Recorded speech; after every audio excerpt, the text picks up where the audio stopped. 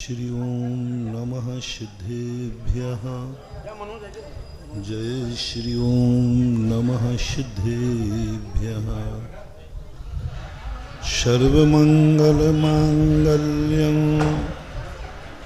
सर्वकल्याणकारकं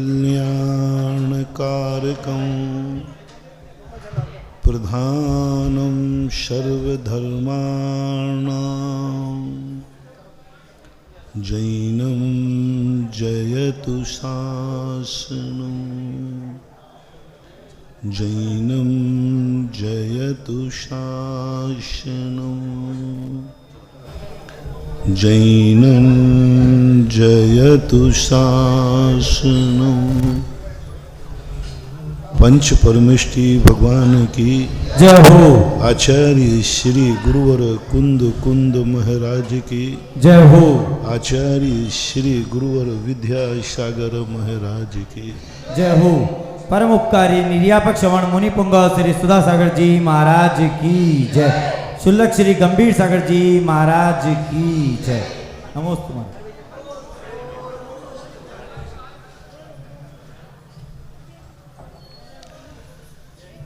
व्यक्ति में या तो स्वयं जीने की क्षमता होना चाहिए, स्वयं को सुरक्षित करने की क्षमता होना चाहिए, स्वयं के वैभव में जिंदगी गुजारने की क्षमता होना चाहिए, स्वयं में अपने आप में पूर्णता की अनुभूति होना चाहिए। ये स्थितियां, ये शक्तियां यदि अपने अंदर जाग गई तो अपन लोग निश्चित समझना भगवान बनने में देरी नहीं है। ये भगवान बनने का लक्षण है कि भगवान बनने के पूर्व वह व्यक्ति इतना महान हो जाता है, इतना महान हो जाता है, वो किसी रास्ते का मोहताज नहीं होता, जहाँ से निकल जाता है वही रास्ता बन जाता है।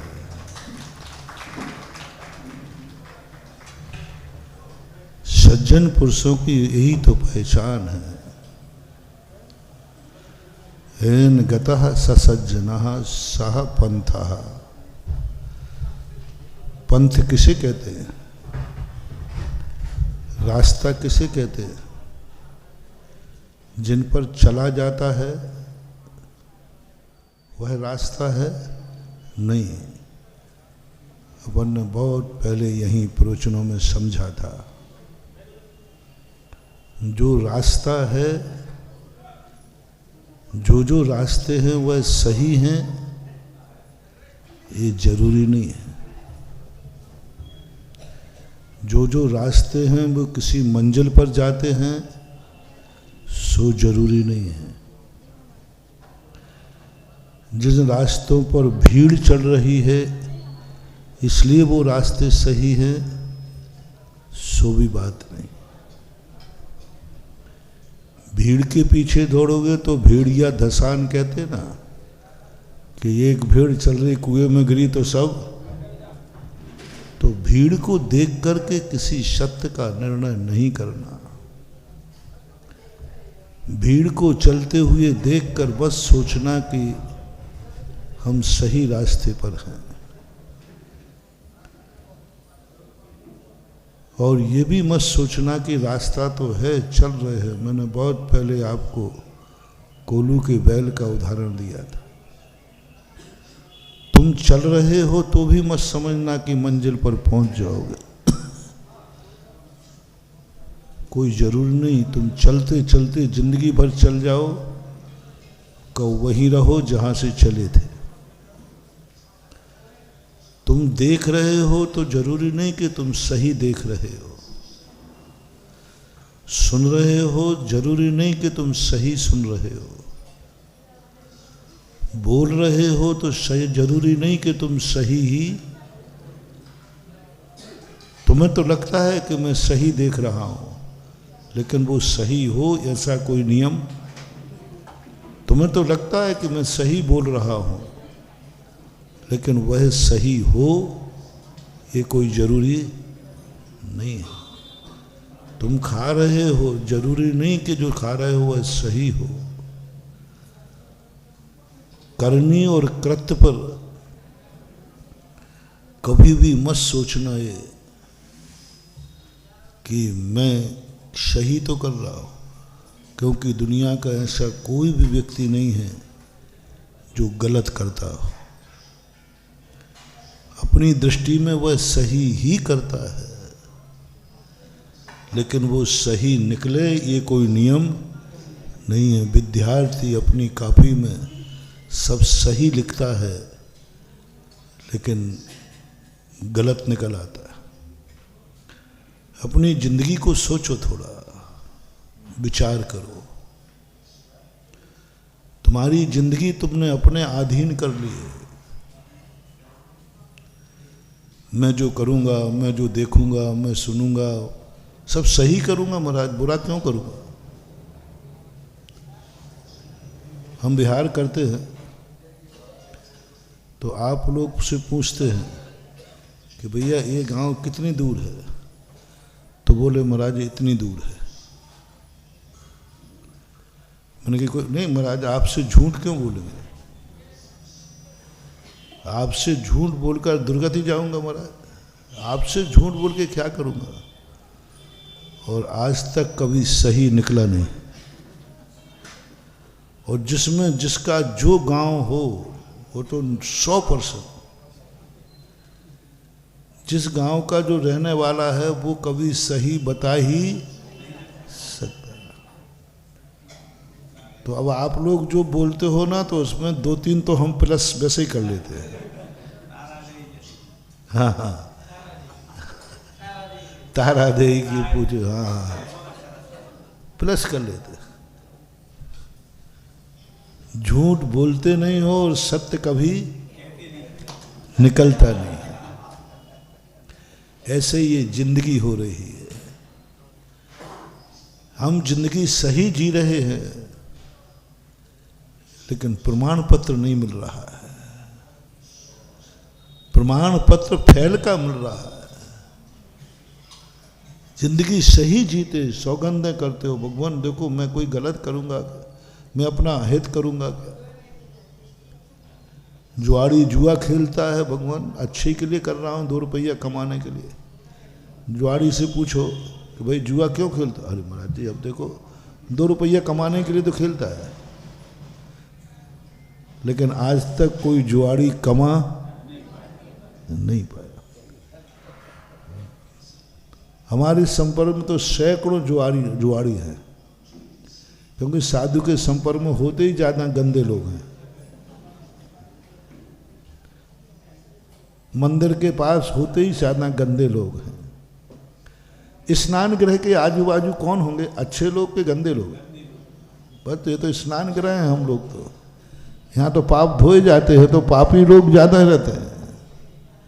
अब कहीं ना कहीं से तो हैं, लेकिन आज तक कभी कोई भी जुआड़ी, हमने बहुत जुआड़ी देखे, जिंदगी भर सुखी कभी नहीं रह पाए, कभी नहीं रह पाए। उनका अंत फकीरी में निकलता है। कितने ही गम मिटाने के लिए तुम शराब पी लो, आज तक किसी का शराब पीने से गम मिटा नहीं है, बल्कि क्षमता और खत्म हो जाती है। शराब पीने से क्षमता आती नहीं है। शराबी लोगों के जवानी में ही बुढ़ापा आ जाता है। हाथ पैर कांपने लग जाते हैं, पैर लड़खड़ाने लग जाते हैं, सोचने की क्षमता खत्म हो जाती है। उससे पूछो कि शराब क्यों पीते हो? बोले गम मिटाने के लिए, ताकत के लिए। लेकिन ताकत बचती नहीं है, ताकत खत्म हो जाती है, किसी काम का नहीं रहता। शराबी व्यक्ति 40-50 साल के बाद किसी भी काम के लिए सब कुछ खत्म हो जाता है उनका, यहाँ तक कि उनके मरने तक के भाव आ जाते हैं कि अब जी के करूं क्या। सुसाइड करने वाला भी कभी अच्छे के लिए सुसाइड करता, भाई क्यों मर रहा है, बोले महाराज जी अच्छे के लिए मर रहा हूं, लेकिन अच्छा होता नहीं। तो आज दो बातें अपन को समझना है। पहली बात तो ये है कि तुम अपना जिंदगी में स्वयं का निर्णय कभी नहीं करना। तुम कितने भी ज्ञानी हो, कितने भी कुछ हो, तुम्हारे ऊपर कोई एक गाइड होना चाहिए, एक निर्देशक होना चाहिए, जिसके अनुसार जो बताए वह तुम देखो, जो सुनाए वो तुम सुनो, जो बुलाए वो तुम बोलो, जो खिलाए वो तुम खाओ, जहाँ चलाए वहाँ चलो, और जो करने की करे वो करो। बस अपनी जिंदगी को बिल्कुल समाप्त करके रख देना। और यदि तुम ऐसे नहीं कर सकते हो तो फिर तुम फैसला करो कि तुम्हें अपनी जिंदगी में करने के बाद कभी पछताना नहीं पड़ेगा। तुम क्या अपने आप में पूर्ण समर्थ हो? क्या आप सज्जन हो? क्या दुनिया आपको भगवान मानती है? क्या दुनिया आपको बॉस मानता है? क्या दुनिया आपको गुरु मानती है? क्या दुनिया आपको गार्जियन मानती है? आपको कौन व्यक्ति आपको आपके सहारे पर चलता है? किस व्यक्ति ने तुम्हें आदर्श माना? कौन व्यक्ति कहता है कि यह यदि कह दें तो मैं ये कर लूंगा? क्या आपने किसी का विश्वास जीता है? क्या आप विश्वसनीय व्यक्ति हैं? बोलो, तुम्हारे अपने आप ने पूछो, तुम किस पर विश्वास करते हो? ये नहीं कह रहा हूं, तुम्हारे ऊपर कौन विश्वास करता है। दो अंतर हुए। एक हो कि महाराज आप ये पूछो ना कि हमारा किस पर विश्वास है, तो आप तुरंत कह दो कि महाराज आप पर विश्वास है। तुरंत कह दो कि भगवान पर विश्वास है। वो तो मुझे मालूम, वो तुम्हारी रटी हुई भाषा है, रटी हुई भाषा है, वो तो तुम्हें रटा दी गई है। और बिल्कुल विश्वास नहीं है, बेफालतू बातें कहने से क्या फायदा है? कुछ नहीं, अभी हाल थोड़ी सी बात कह दूं और तुम्हारे प्रतिकूल हुई तो तुम धीरे से खिसक जाओगे, मुंह तक भी नहीं दिखाओगे। तुम वही बात मानते हो जो तुम्हारे अनुकूल हो। हाँ, ये बात महाराज ने ठीक कही। आप लोगों से बड़ी आफत है। कोई भी बात मैं कहूं तो हाँ महाराज ये बात बहुत ठीक, मैं समझ जाता हूं कि इसका समर्थन हो गया, इसके मन की बात हो गई, इसके मन की बात हो गई। बस मैं तो यही समझता हूं 99% यही होता है। मेरे प्रतिकूल भी है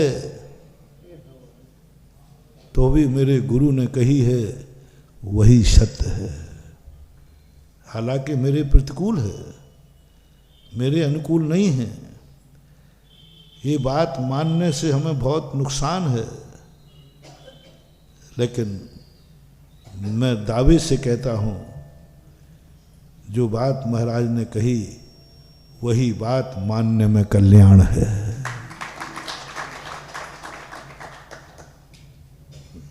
मैं मानूंगा महाराज ने कहा है कि उससे क्षमा मांग लो। मैं मालूम है मेरी मानहानि होगी, मैं बड़ा आदमी हूँ, बहुत नुकसान होगा, इज्जत भी धूल में जाएगी और वो भी आंखें दिखाएगा। मंगवा ली क्षमा? बोलो। और फिर महाराज ने कहा तू क्षमा मांग ले। मन मार के मांग तो लोगे? वो तो भैया महाराज जी थे इसलिए मांग ली, नहीं तो अब महाराज जी की बात कौन टाले। वो तो महाराज ने कहा इसलिए, आत्मा से नहीं। इसका अर्थ है कि तुम्हें विश्वास नहीं है कि गुरु महाराज हमारे हित की बात करेंगे, हित की बात करेंगे। तुम्हें ये यदि हित की बात होती तो बोले भाई सवाल ही नहीं उठता, भली मेरा कितना ही नुकसान हो, गुरु के मुख से निकला है वही सत्य है, उसी में हमारा कल्याण है। महाराज ने कहा है इसलिए क्षमा नहीं मांग रहा हूं, क्षमा मांगने में ही हमारा कल्याण है इसलिए मान रहा हूं। अंतर आ गया ना। गुरु ने कहा इसलिए मान रहा हूं, नहीं, गुरु ने जो कहा उसी में कल्याण है इसलिए मैं मान रहा हूं। दोनों में बहुत अंतर है। मान लो थोड़ी सी तुम्हारे प्रतिकूल हो जाए सब खत्म हो जाता है, तुम्हारा मन बिगड़ जाता है और तुम तुरंत मना भी कर सकते हो। और जिस दिन तुम्हें पता चल जाए कि आज महाराज ऐसी बात कहेंगे जो हमें प्रतिकूल होगी, तो उस दिन आप गायब भी हो जाते हो। मैं सब देखता रहता हूँ, ध्यान रखना, साधु इतना बुद्धू नहीं होता, उसको धोख देते हो उसको धोखा नहीं दे सकते। जिस दिन बोली लग रही हो तुम्हें बोली नहीं लेना हो तो फिर उस दिन आए क्यों नहीं तुम? रोज को तो आते थे, आज क्यों नहीं आए भाई? अंदर की बता दो, धीरे से बता दो, महाराज बोली लगना है और मुझे बोली लेना नहीं है। और कहीं महाराज ने कह दिया तो, पंचों ने जबरदस्ती की तो फिर महाराज क्या होगा? बस यही तो विश्वास है। तुम्हें लेना नहीं है, फिर तुम आए क्यों नहीं हो? क्योंकि महाराज जबरदस्ती दे दी तो हमें लेना, बस यही परीक्षा है, बस यही परीक्षा है। कौन देगा? किसका डर लग रहा है? महाराज कमेटी से मैं नहीं डरता, फिर तो मेरे से तो महावीर जयंती का चंदा भी नहीं ले पाते। कमेटियों का मुझे कोई डर नहीं, उनको तो मैं, ओ भैया देखो महाराज जी है और महाराज जी को मैं बहुत मानता हूँ, बहुत मानता हूँ, मैं छोड़ नहीं सकता। महाराज ने कह दिया तो फिर तो मर जाऊंगा लेकिन नहीं छोड़ूंगा। इसलिए मैंने यही सोचा है कि जहाँ नहीं ऐसा होता है कि नहीं, बोलो ना। हाँ कर मालूम तो है ही, होते ही रहता है। ये बहुत बड़ा अविश्वास है, बहुत बड़ा अविश्वास है। विश्वास ये होना चाहिए। एक व्यक्ति ने क्या किया,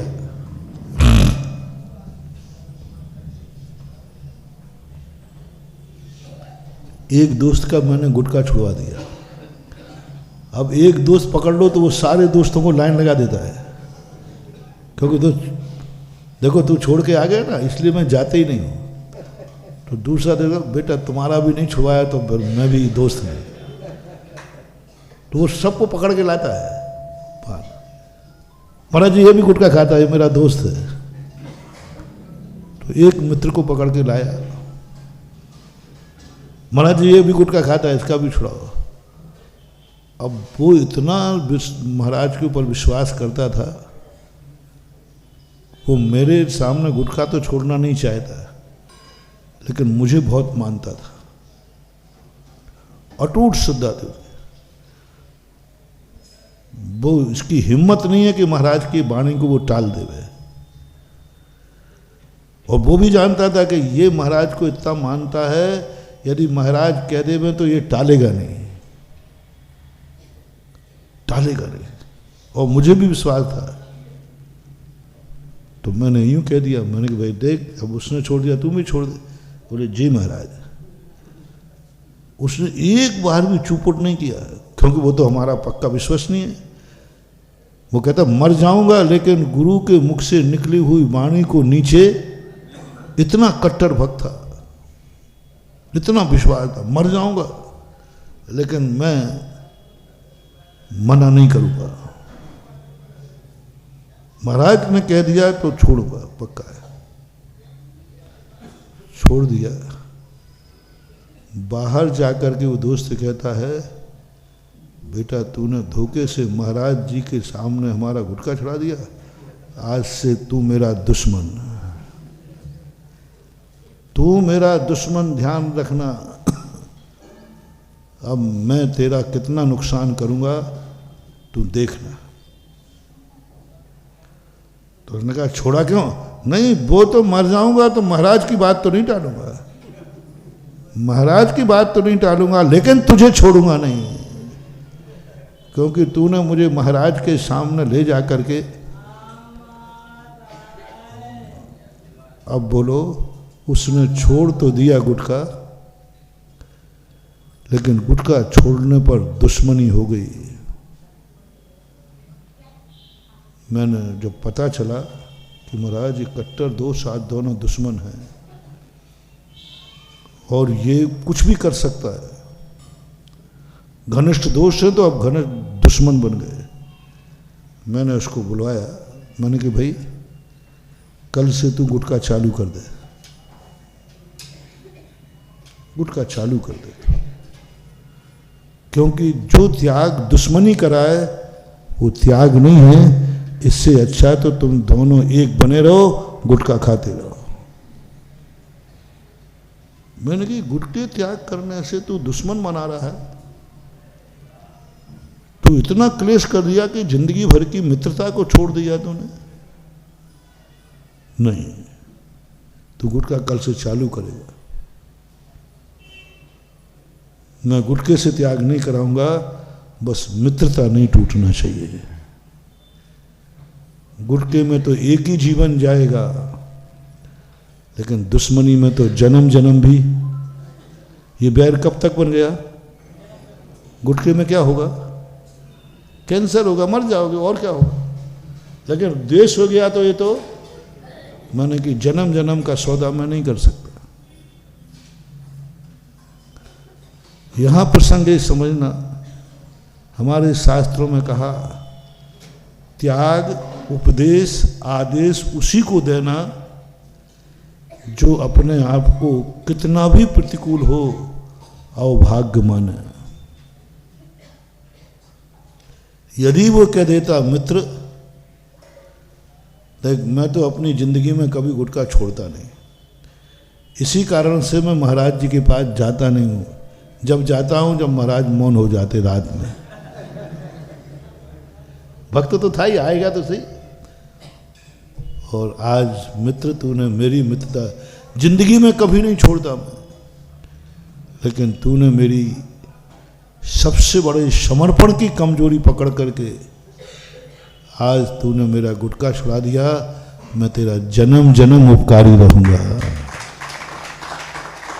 धोखे से छुड़ाया, मजबूरी में छुड़ाया, लेकिन छुड़ा दिया, मैं जन्म जन्म उपकारी रहूंगा। ये भाव आना चाहिए था, लेकिन ये भाव आना बहुत कठिन है। गुरु आदेश, गुरु उपदेश सुनकर के अनुकूलता की इच्छा मत करो। ये कहो कि मुझे तो प्रतिकूल भी कहेंगे तो भी यही कहेंगे कल्याण तो इसी में ही है, इसके बिना मेरा कल्याण हो नहीं सकता। ऐसा समर्पण, ऐसा विश्वास तुम्हारा ना तो अभी गुरु पर है, ना तुम्हारे भगवान पर है, किसी में भी नहीं है ही नहीं। तुम्हारा इसलिए विश्वास है कि मान मिल रहा है, सम्मान मिल रहा है, गुरु तुम्हारे अनुकूल चल रहे हैं, तुम जो चाहते हो वो ले रहे हो, महाराज मेरी दुकान चल जाए बेटा, ठीक है, आशीर्वाद। 99% भक्त इसलिए हैं कि उनको अपने खुद की इच्छाएं पूर्ति करने की उम्मीद है। मंदिर क्यों आ रहे हो तो? ये भगवान है इसलिए नहीं। इनके पास आने से तुम्हारा कल्याण हो जाएगा? नहीं। इनके पास आने से तुम्हारी इच्छाएं पूरी हो जाएंगी। तुम जो चाहते हो। और महानुभाव, जब जब कोई बड़ों से अपनी इच्छाएं पूरी कराने का भाव करो, समझ लेना अब ये मिटने के दिन हैं। जब जब बड़ों से अपनी इच्छाएं पूरी कराने का भाव करो, इसी का नाम है दुर्योधन। दुर्योधन की क्या नीति थी? दुर्योधन वो थे जो सभी बड़ों से अपनी इच्छाएं पूरी कराएंगे। दुर्योधन ने पिताजी की इच्छा के अनुसार चला कि पिताजी को अपने अनुसार चलाया? तातश्री के अनुसार चला कि तातश्री को अपने अनुसार चलाया? गुरु द्रोणाचार्य के अनुसार चला कि अपने अनुसार चलाया? पूरा उतार लो। एक भी व्यक्ति के अनुकूल नहीं चला दुर्योधन, एक भी व्यक्ति। और सारे बड़े लोग किसके पक्ष में थे? पांडवों के पास तो श्री कृष्ण के अलावा कोई बड़ा था ही नहीं। सारे बड़े बड़े धुरंधर, नीतिज्ञ, ज्ञानी, महापुरुष किसके पास थे? गांगे, द्रोणाचार्य, कृपाचार्य, कर्ण, विदुर, सब तो उसी राजगद्दी पर थे। विनाश क्यों हुआ? विनाश क्यों हुआ? निंदा क्यों हुई? सारी शक्तियां उनके पास थी, सारी शक्तियां उनके पास थी। पांडवों के पास तो कुछ भी नहीं था। मात्र एक कारण कि वो बड़ों के अनुसार नहीं चला, बड़ों को अपने अनुसार चलाया। बाप बेटे के अनुसार चलने लग जाए, समझ लेना उस घर के मिटने के दिन आ गए। पति पत्नी के अनुसार चलने लग जाए, समझ लेना जिस घरों में औरतों की चलती है, आप बोल दो आगे, बोल दो थोड़ा सा।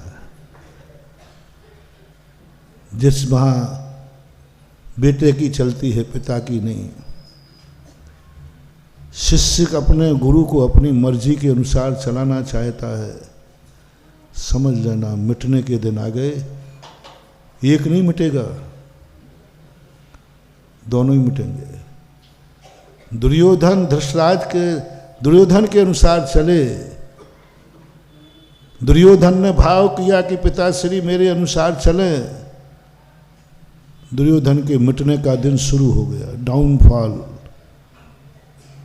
और धृतराज ने मन बनाया कि मैं दुर्योधन के अनुसार चलूंगा, तो पिता के मिटने का समय आ गया। दोनों सुनते जाना। आप बेटे हो और तुम्हारी इच्छा है कि पिताजी मेरे अनुसार चले, मेरी इच्छा पूरी करें।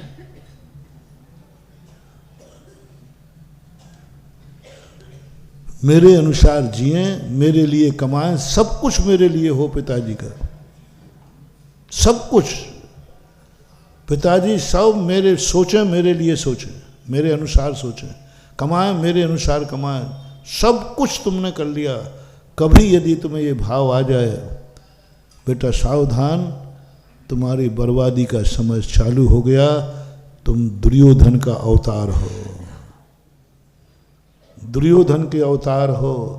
दुर्योधन का अंश तुम्हारे अंदर है, क्योंकि तुम अपने गार्जियन को अपने अनुसार चलाना चाहते हो, तुम चलना चाहते हो, चलाना चाहते हो। अब ये तुम शब में लगा लेना, भगवान में भी लगा लेना। भगवान मेरी इच्छाएं पूरी करें, माता पिता मेरी इच्छाएं पूरी करें, गुरु मेरी इच्छाएं पूरी करें। और बड़े लोग सुने कान खोल करके। तुम्हारे मन में ये भाव आ गया कि मैं अपने बेटे के अनुसार चलूंगा, मैं अपने शिष्य के अनुसार चलूंगा, तुम्हारे मिटने के दिन आ गए। जितने बड़े लोग दुर्योधन के अनुसार चले मिट गए, और बड़ों को अपने अनुसार चलाया, दुर्योधन भी मिट गया। और 90% यही हो रहा है। भगवान को तुम अपने अनुसार चलो, भगवान मेरी इच्छाएं पूरी करें। वे भगवान बहुत अच्छे हैं, चमत्कारी हैं, अतिशयकारी है, बड़ी श्रद्धा है। क्यों भाई, क्यों है? क्योंकि इच्छा पूर्ति पारसनाथ, हमारी इच्छाएं पूरी करते हैं। कभी छोटों की इच्छाएं अच्छी हो ही नहीं सकती। एक चोर था, देखना दोनों बर्बाद हो गए पक्का। एक चोर था, पारसनाथ का बड़ा भक्त था, गजब का भक्त। और एक भक्त था दूसरा, वो बजरंगबली का भक्त था। दोनों जिगरी दोस्त थे और परम श्रद्धालु। इतनी श्रद्धा तो मेरी भी नहीं होगी जितनी उनकी थी। दोनों ने एक स्थान पर चोरी करने का मन बनाया, लेकिन वहाँ चोरी करना बहुत कठिन था, बहुत कठिन था, क्योंकि सुरक्षा बहुत थी। क्या करें? दोनों ने कहा, अरे अपने पारसनाथ गजब के भगवान है, वहाँ एक बार बस कुछ नहीं करना, रविवार आ रहा है ना, उस दिन मात्र 1-2 किलो का छत्र बोलूँगा, और जैसे ही छत्र बोलेगा, मुझे दावा विश्वास है आज तक मेरे पारसनाथ के सामने जो इच्छा की सब पूरी होती है। सब पूछो, यही तो अतिशय है। आप लोग अतिशयकारी कौन से भगवान को कहते हैं? महाराज जी, जहाँ संकट टल जाए, इच्छाएं पूरी हो जाए, वही तो अतिशयकारी है। कट्टर विश्वास। दूसरा कहता है, यार 2 दिन और रुक जाओ, मेरे बालाजी मंगलवार को सिद्ध होते हैं, और जैसे ही मैं सवामणि बोलूँगा, दावा है सवामणि बोल करके बालाजी सबका साथ देते, इच्छा पूरी कर देंगे। दोनों ने अपने अपने समय पर, बनिया था वो आ गया पारसनाथ पे, बोल गया भगवान देखो भगवान, वहाँ आपका भक्त हूँ, पक्का पक्का भक्त, और मेरा मन है कि मैं वहाँ चोरी करना चाहता हूँ। आसान नहीं है, तभी आपके पास आए। आसान होता तो मैं आपको कष्ट देता ही नहीं। आप, और उसने भी बालाजी से कह दिया, और दोनों को विश्वास तो था ही, और दोनों चोरी करने गए और सफल हो गए।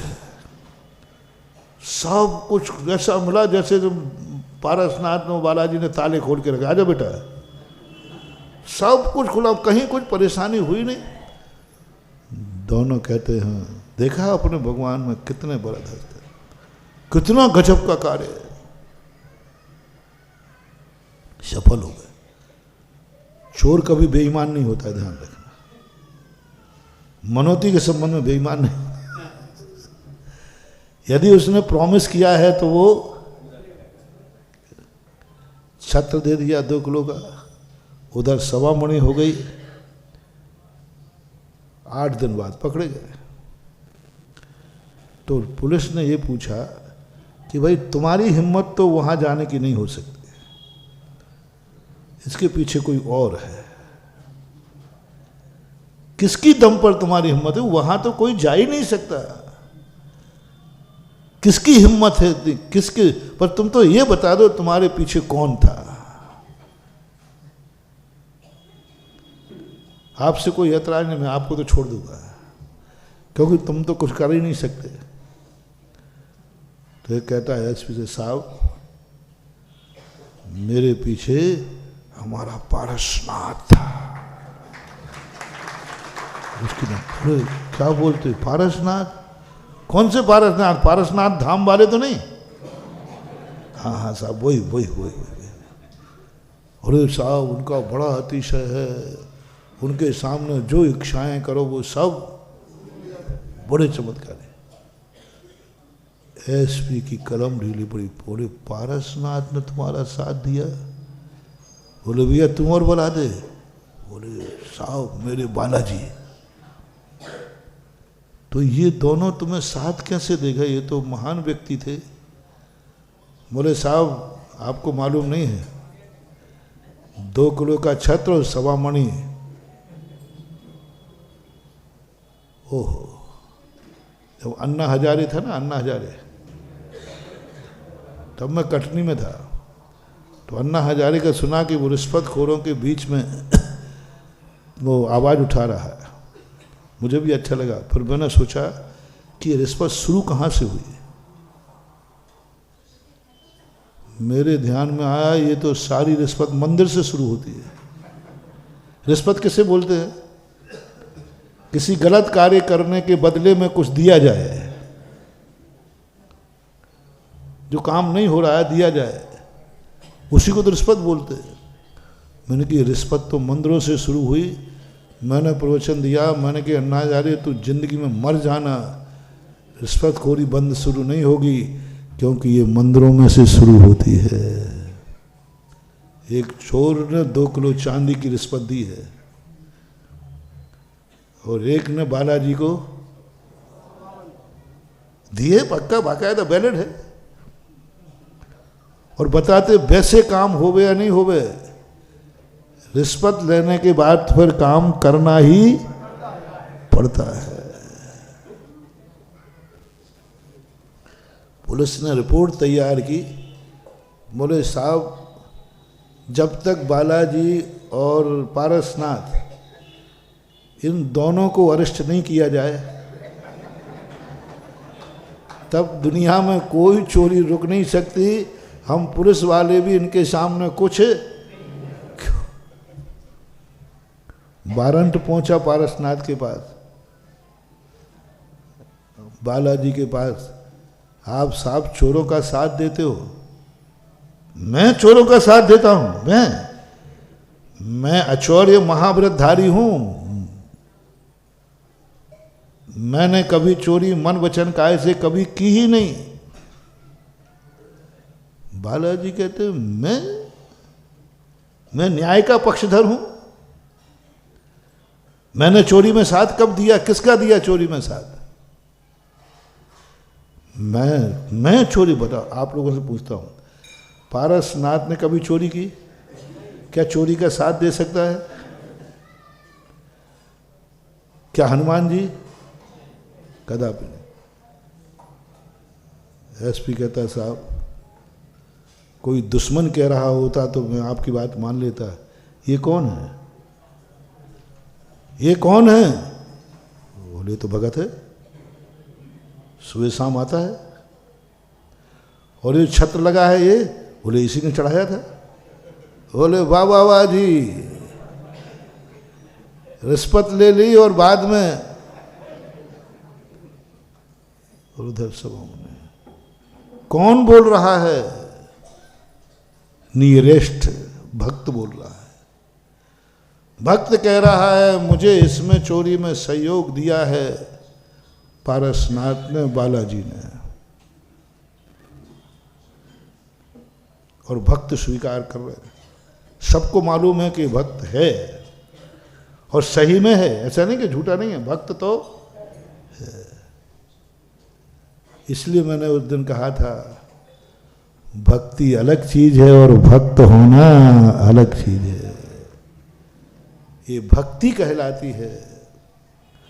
भक्ति कर रहे हो इसलिए तुम भक्त हो, ऐसा कोई नियम मत मानना।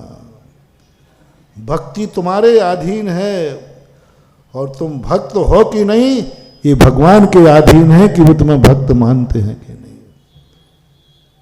गुरु के अधीन है कि तुम भक्त हो कि नहीं। भक्ति तो कोई भी कर लेता है, डाकू भी भक्ति कर लेता है, छत्र डाकू भी चढ़ा देता है, कोई बड़ी बात नहीं। लेकिन तुम भक्त हो कि नहीं, सब कह रहे हैं। साहब ये बताओ, ये व्यक्ति आप पे श्रद्धा रखता है कि नहीं? बराबर रखता है। तो पर ये कह रहा है, अब किसकी गवाही जाओ?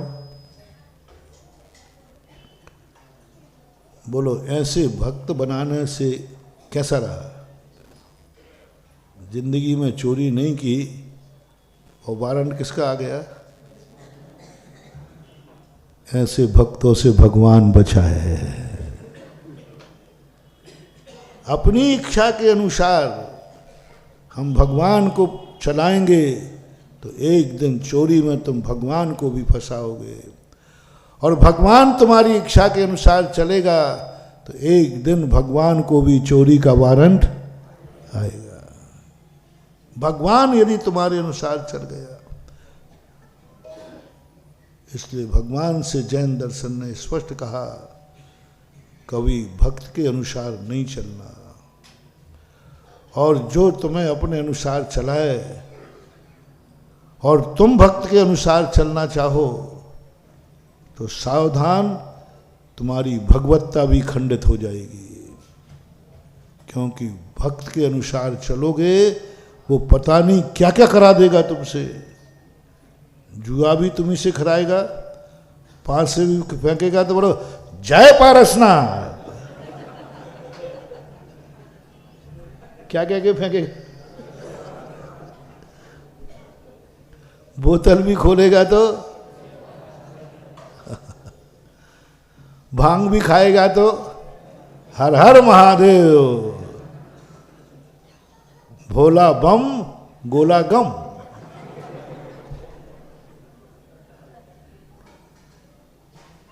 भगवानों को अपने अनुसार बनाने का परिणाम, और भगवान यदि दुनिया के अनुसार चल जाएं तो उनका हाल बड़ा बुरा होता है। इसलिए दोनों से मेरा कहना है, पिता पितृ के व्यामोह में ना आवे, गुरु शिष्य के व्यामोह में ना आवे, अपने शिष्य के अनुसार अपने कोई निर्णय न लेवे, शिष्य को अपने अनुसार चलाओ। और तुमसे भी कहना है, मंदिर कभी मत आना कि भगवान मेरे अनुकूल चल जाएगा। बस एक बात मान के आना, हम भगवान के अनुसार चलेंगे। गुरु मेरे अनुसार उपदेश देवे, प्रोत्साहन देवे, आशीर्वाद देवे, मेरे कार्यों का समर्थन करे, ये भाव से कभी मत आना। गुरु नहीं बनाना, तुम डूबोगे और गुरु को भी डूबो दोगे। ये मान के आना कि मेरा मन कर रहा है आज गुरु के अनुसार चलूँगा। जो गुरु दिखाएंगे, जो गुरु सुनाएंगे, जो गुरु कराएंगे, जो व्यक्ति बोलेंगे वही मैं करूँगा। ऐसा मन जिस दिन हो जाए, समझ लेना तुम्हें वरदान मिलने वाला है। यही तो हो रहा है। हर बालक अपने माता पिताओं से हर इच्छा पूरी कराता है। ऐसा एक भी व्यक्ति नहीं है जिसने अपने माँ बाप से अपनी इच्छाएं पूरी न कराई हो। कभी मांग करके, कभी रो करके, कभी धमका करके। बालक को देखना, अपनी इच्छा पूरी कराने के लिए वो रो पड़ता है, मचल जाता है, थोड़ा बड़ा हो जाए तो धमकी देता है, पिताजी मम्मी आप मानते हो कि नहीं? नहीं तो फिर सोच लो। पिता की ज़्यादा जिंदगी नहीं होती, बहुत छोटा। पिता के प्राण अपने में नहीं रहते हैं, बेटे में रहता है। 2 धमकियों में माता पिता को सिलेंडर कर देते हैं आप, 2 धमकियों में। कितने भी गलत से गलत कार्यों का समर्थन करते हैं। वो जो कल चर्चा चली थी ना, आजकल जो लव मैरिजें चल रही हैं, माता पिता कभी उसका समर्थन नहीं करते। पहली बार तुमने बच्चे बच्ची के संबंध में सुना, पहली बार सुनते ही तुम्हें कैसा लगा? अच्छा कि बुरा? बुरा। वही सत्य है। बाद में आप समर्थित क्यों हो गए? उसने एक धमकी दे दी, पिताजी मानते हो कि नहीं? नहीं तो मैं ऊपर चला जाऊंगा। हमारे बेटा मर मर तो जो कहे वो कर दूंगा। धमकाते हैं, धमका करके अपनी इच्छाएं पूरी करा लेते हैं।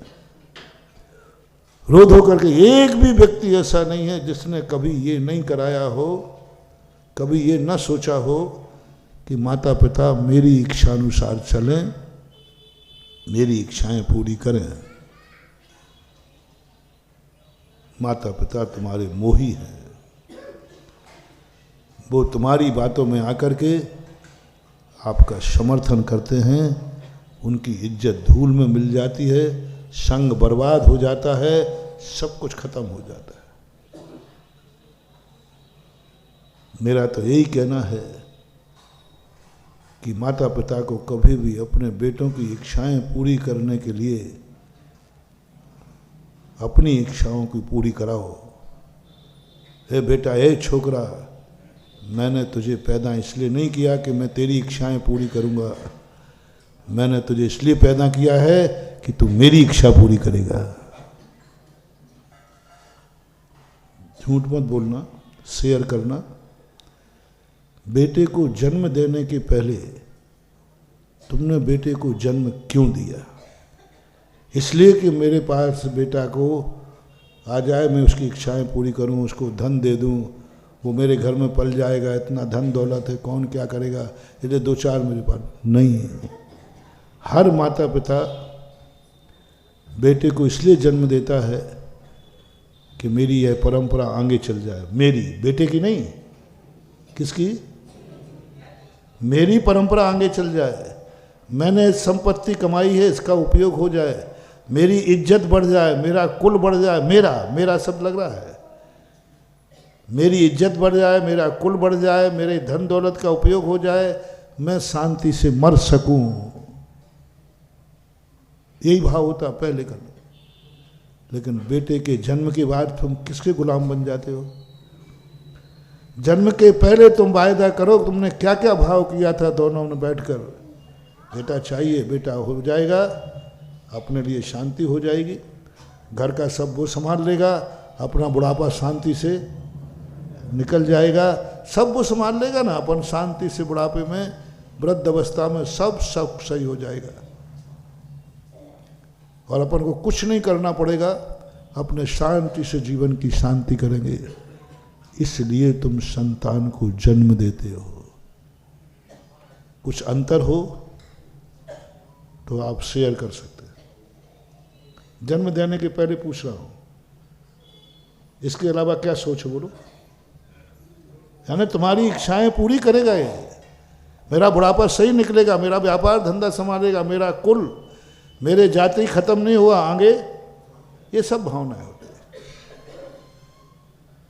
अच्छी भावना है, आगम सम्मत भावना है, नीतिप्रद भावना है। हर पिता की ऐसी इच्छा होना ही चाहिए, हर गुरु की ऐसी इच्छा होना ही चाहिए।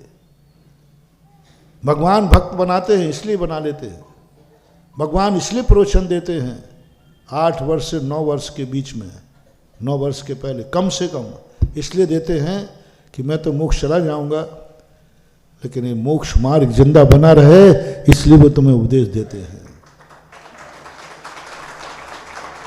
ये मेरी इच्छा है, तीर्थंकर की इच्छा होती है कि मेरे जाने के बाद भी धर्म जीवित रहे।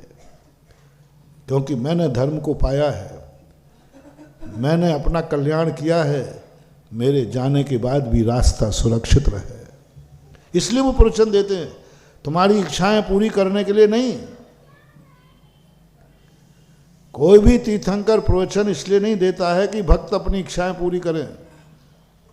तुम्हारी इच्छाएं पूरी करने के लिए कहे तो फिर मुझे प्रवचन में एक आध अंक बोलना ही पड़ेगा और शाम को उस अंक पे सट्टा लगेगा।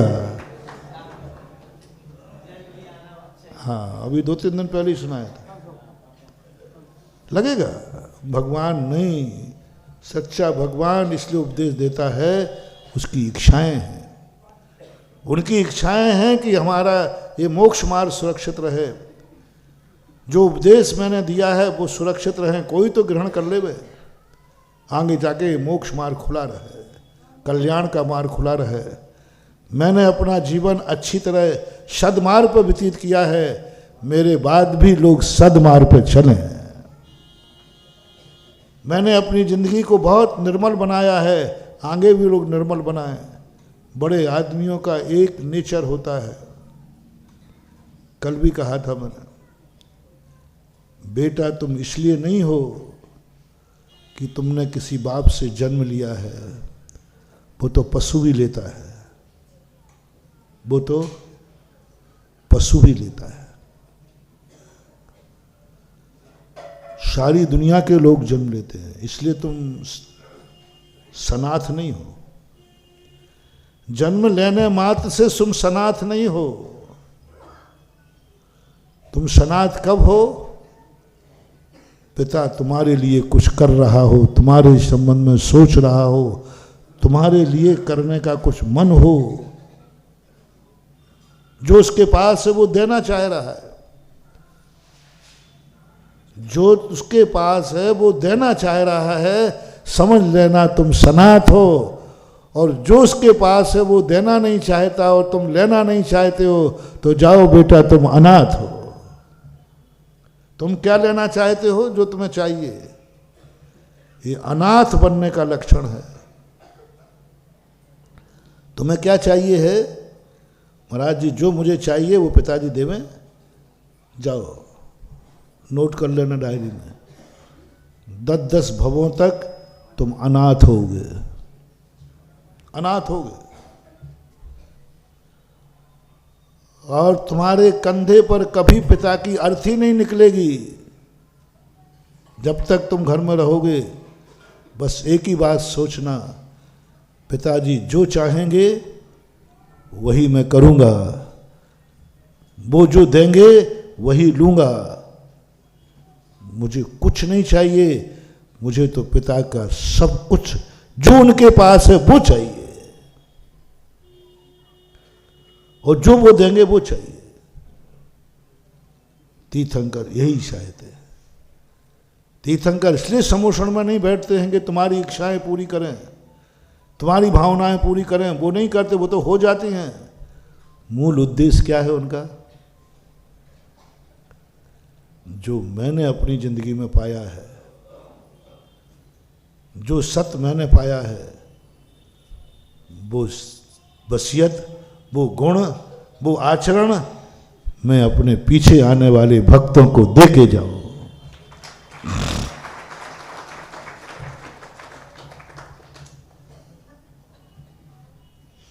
सच्चा पिता कौन? कौन है तुम सनाथ कौन हो? जब पिता तुम्हारी चिंता कर रहा हो, तुम्हारे संबंध में सोच रहा हो, तुम्हारे लिए सोच रहा हो। और क्या सोच रहा हो? जो मेरे पास है, मैं प्रतिदिन भगवान के अभिषेक के बिना मैंने कभी भोजन नहीं किया, ये वसीयत मैं अपने बेटे को देना चाहता हूँ। और तुम कौन सी वसीयत चाहते हो? महाराज इसकी चर्चा मानो तो आप तो इसकी चर्चा करो। आप इन बापों से कहो कि जितनी कमाई की हो सब मेरे नाम कर दो। हाँ, घर जाके ना महाराज ने क्या कहा कि जो आपकी वसीयत है सब मेरे नाम करो। हाँ, दिला रहा हूँ, दिला रहा हूँ। ये धन दौलत वसीयत नहीं है रे, जो उनका आचरण है वो वसीयत है।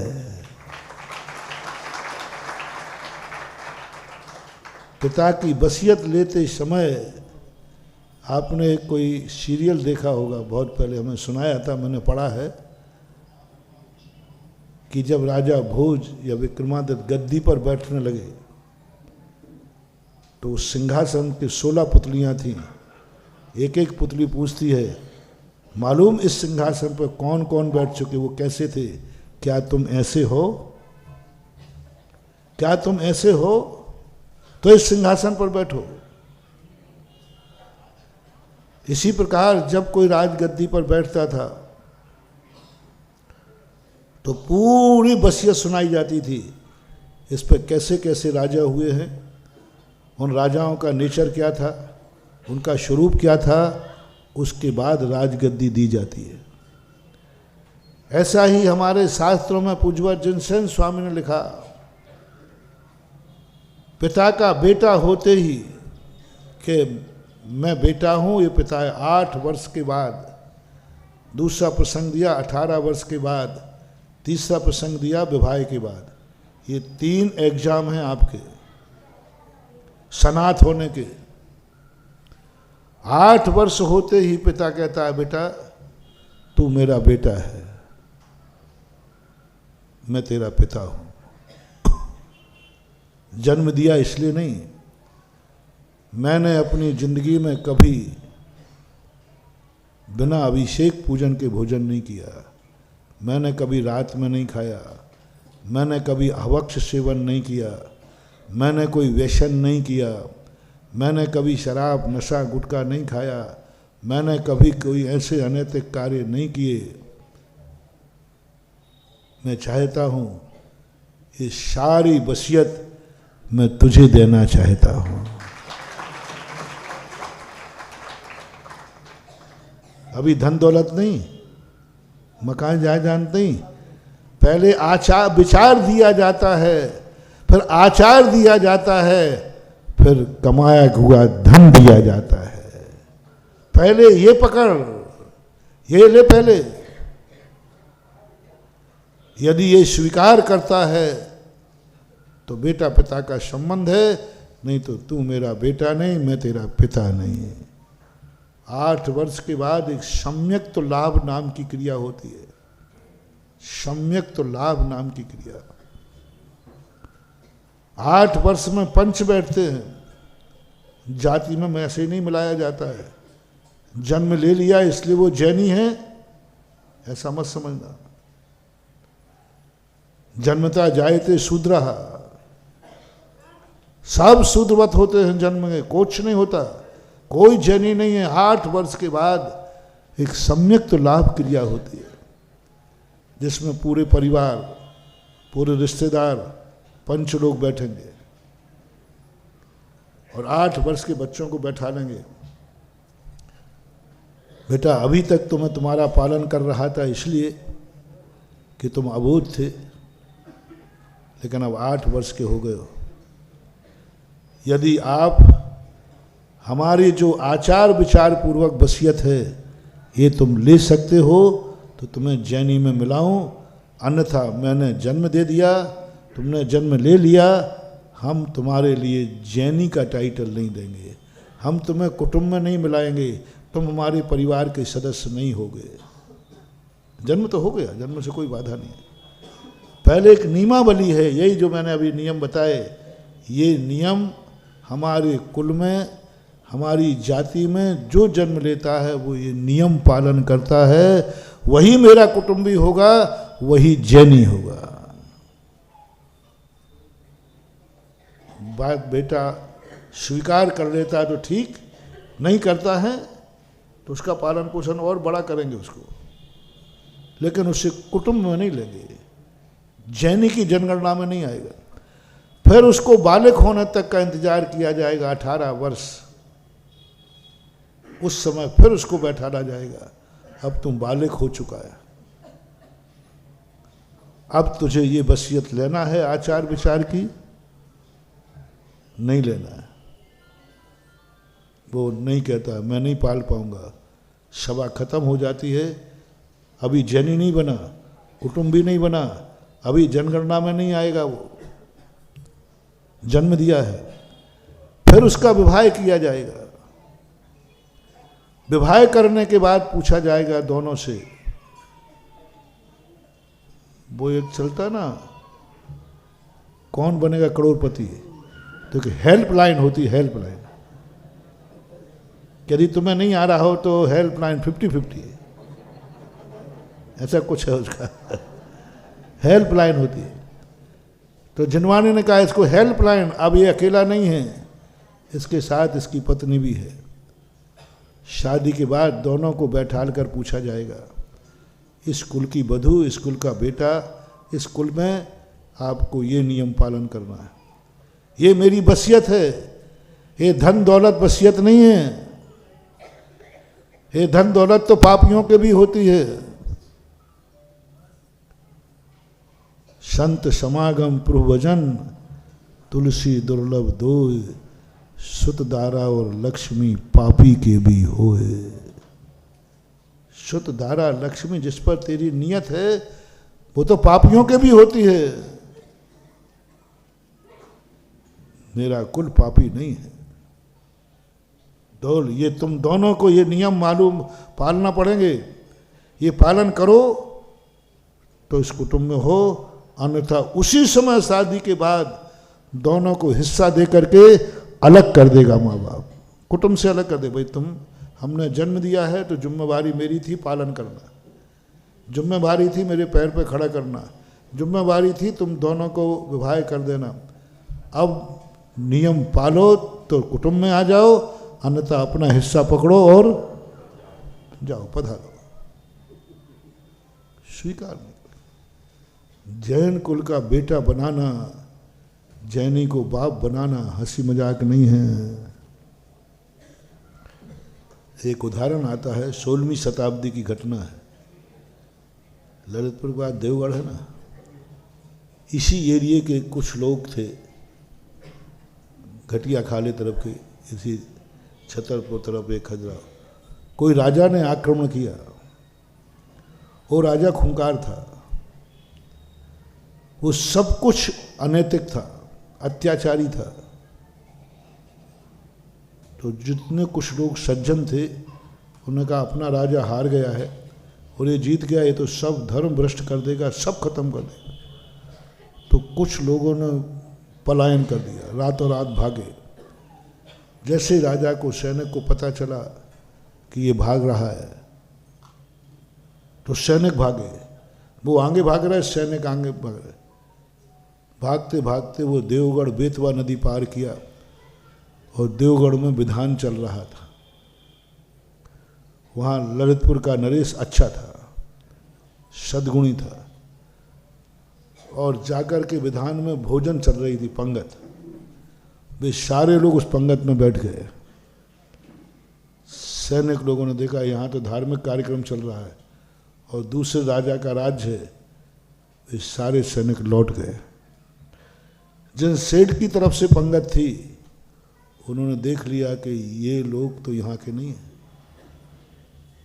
ये लोग जो महोत्सव में शामिल हो रहे हैं इनमें तो कोई संस्कार नहीं दिख रहे, ये जैनी तो नहीं हो सकते, और हैं तो संस्कार विहीन है।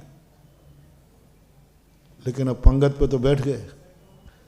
जैनी की आदत है, भोजन को बैठ गया तो भोजन पे से उन्होंने कहा भोजन कर लिया। भोजन करते उनको बुलाया, बोले भाई आप कैसे पधारे, कहाँ से आए, कौन हो, सारी कहानी सुनाई।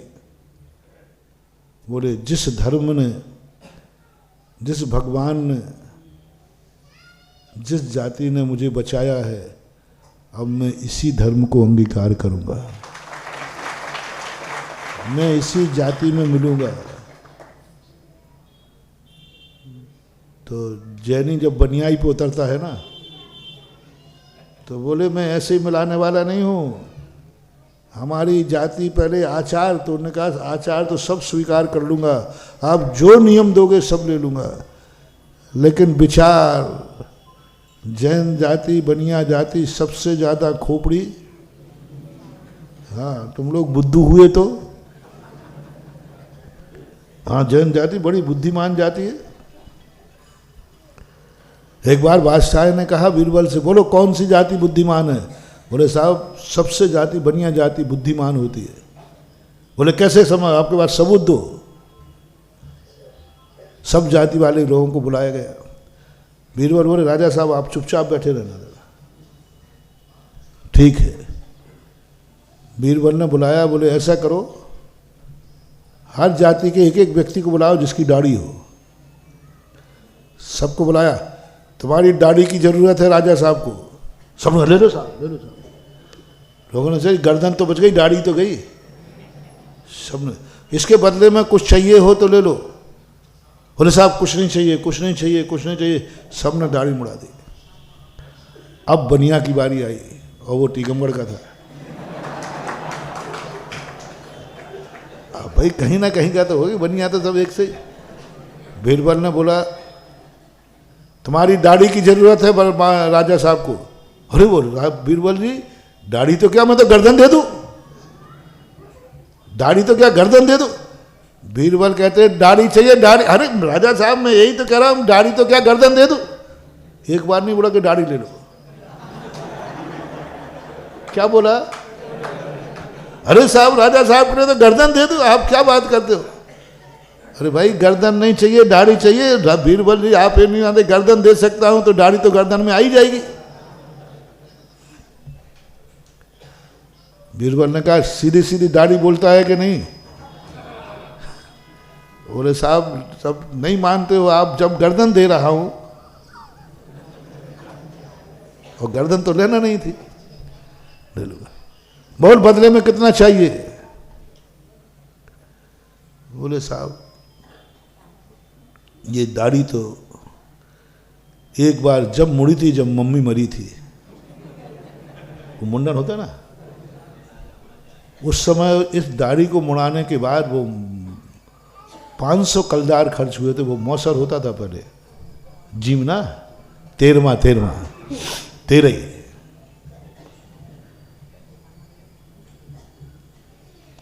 फिर कुछ साल बाद पिताजी मरे थे, तब मुड़ी थी, तो उस समय 1000 कलदार खर्च हुए थे। अब आगे तो मैं क्या करूं, अब 30वीं बार मुड़ रही है, तो पहले तो ये सोचो कौन मरा है। दाढ़ी और बाल तो बंदे पे मुड़ते हैं। कुछ नहीं, राजा साहब को चाहिए। बोले साहब अब आपको हिसाब बता दिया, पहली बार मुड़ी तो 500 कलदार, दूसरी बार में तो 1000 कलदार, अब तीसरी बार में आप सब ज्ञानी आदमी हो, हिसाब लगा लो। तो बोल वाले बोले सीधे बोल 1500 कलदार चाहिए। बोले साहब मैं बोलूँगा तो नहीं, अपन तो बढ़िया बहुत होशियार होता है, कभी अपने प्लाट की कीमत नहीं बनाता। बोले साहब बाजू में इतने का बिका है। ये सही है ना? वो बोलेगा नहीं मेरा, अब बाजू में इतने का बिका है, अब आप, और वो साल भर पहले बिका था, अब सोच लो आप। फिर ठीक है क्या बोल 1500 रुपया, 1500 मोहरें हुई। बोले साहब 1500 रुपया आंटी में बांधी, अब दाढ़ी बिक गई। और पहले वो नाई, पहले सावन वावन नहीं चलती थी, पहले वो नाई क्या पानी से दाढ़ी को, पुराने लोगों को मालूम होगा, पानी से गीली करता था। तो अब वो जोर से, थोड़ा जोर से कहते, बनिया ने एक छापड़ मारा नाई ने। बोले मूर्ख से बनिया की दाढ़ी समझ चुका है, ऐसे बना रहा है जैसे तुम बनिया की दाढ़ी बना रहा हो। ये दाढ़ी राजा साहब की दाढ़ी है, क्योंकि पैसा तो वो, तो अब दाढ़ी किसकी हो गई? तो बनिया की दाढ़ी समझ के बना रहा है, राजा साहब की दाढ़ी होश से बना। जैसे उसको मारा, नाई ने सब फेंक दिया। बोले राजा साहब चाहे तुम मार डालो, इस बनिया की दाढ़ी तो नहीं बनाऊंगा।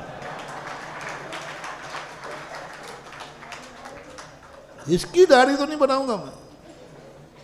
राजा ने, बीरबल ने कहा देख बोले राजा साहब मुझे गर्दन चाट दें, जेल पे चढ़ा दें, इसकी दाढ़ी तो मैं नहीं बनाऊंगा, तो नहीं बनाऊंगा। राजा साहब को गुस्सा आया, निकाल इस बनिया को बाहर।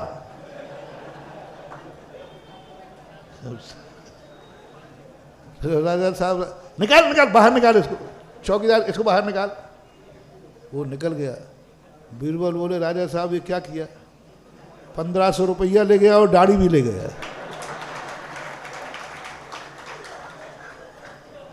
पंद्रह तो कलदार भी ले गया। इसको बोलते हैं क्या? बनिया की खोपड़ी।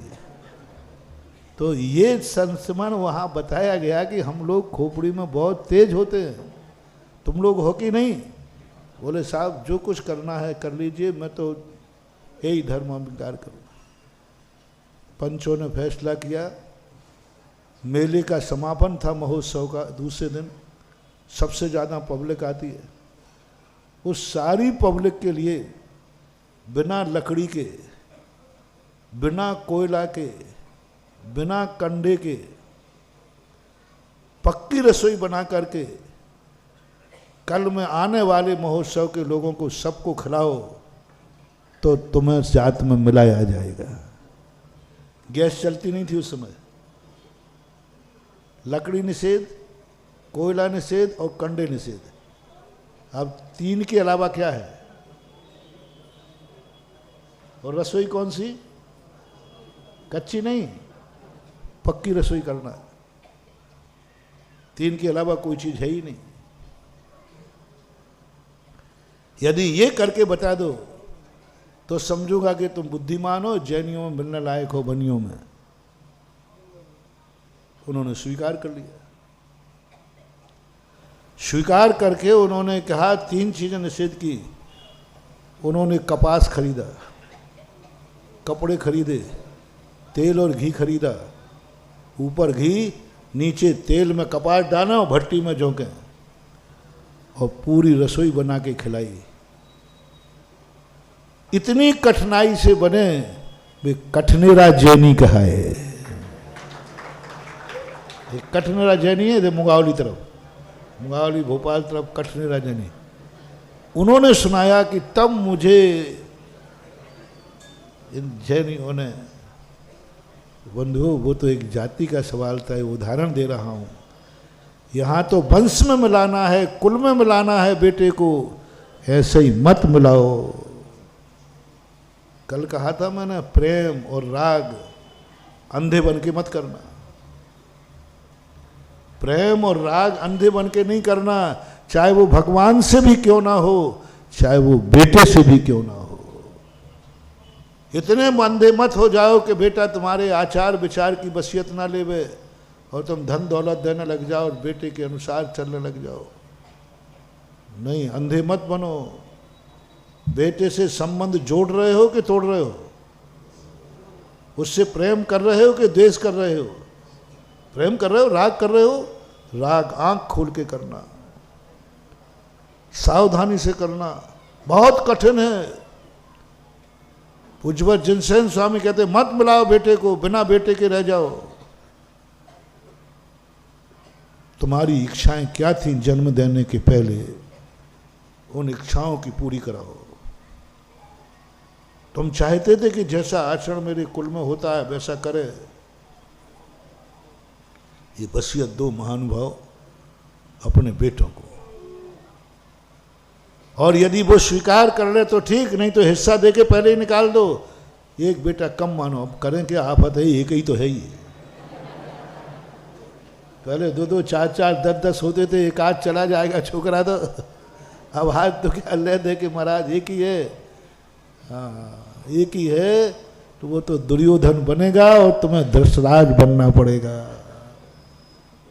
और जो कहे वो करना नहीं, ये पहले वसीयत दो। फिर उसके बाद जाकर के धन की वसीयत दी जाती है। छोकरे धन की वसीयत तो ले लेते हैं, लेकिन आचार विचार की वसीयत नहीं लेते हैं।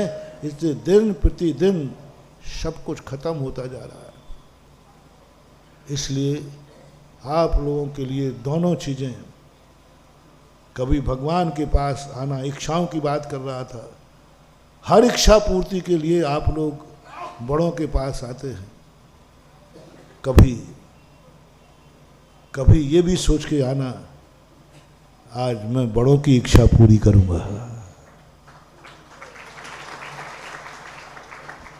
कभी माँ बाप के पास तुम 50 बार गए होगे अपनी इच्छा पूरी कराने, कभी एक बार माँ बाप से कहना मम्मी पापा मेरा मन है कि आज मैं तुम्हारी इच्छा पूरी करूं। कभी भगवान के पास गुरु के पास जाना, बस मैं तो आपकी इच्छा पूरी करने की बात करता हूं। आज तक तुमने किमिच्छित इच्छाओं का दान अपने माँ बाप को नहीं दिया, भगवान को नहीं दिया, गुरु को नहीं दिया।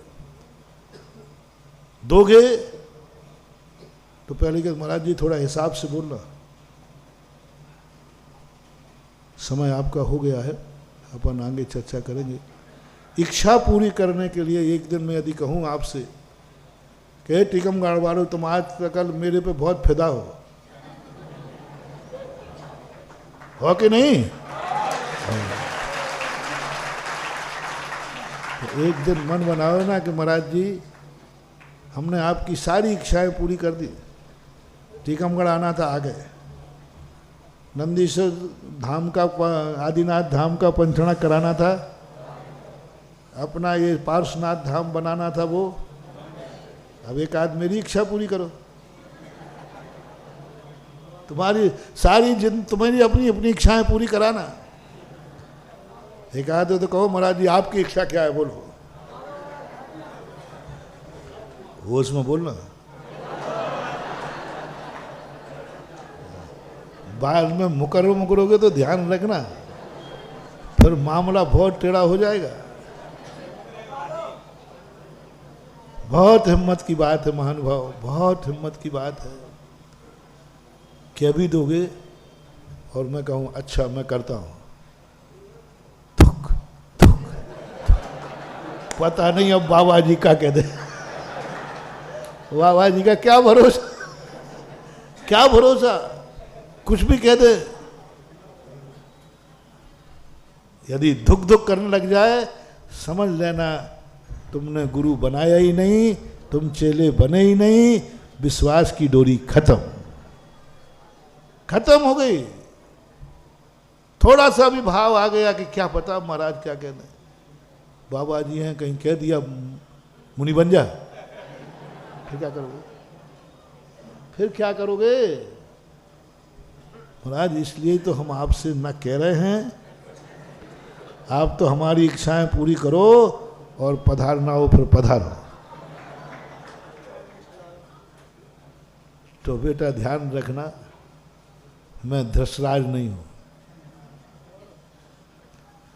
तुम्हारी इच्छाएं ही पूरी करता रहूं और तुम्हारी इच्छाओं के अनुसार ही चलता रहूं, तो तुम्हारी इच्छाएं तो पता नहीं, तुम आज तो अभी मंदिर ही बनवाया है, पर पता नहीं क्या क्या बनवा लो। अभी तो पूजा ही सिखवाई है, पता नहीं कहो तुम 5 से फिकवाना और सिखवा लो। महाराज आप हमारी इच्छाएं पूरी करिए इसलिए आए हो, तो ये पता नहीं क्या क्या होगा। समय आपका हो गया, फिर अपन विचार करेंगे। महावीर भगवान की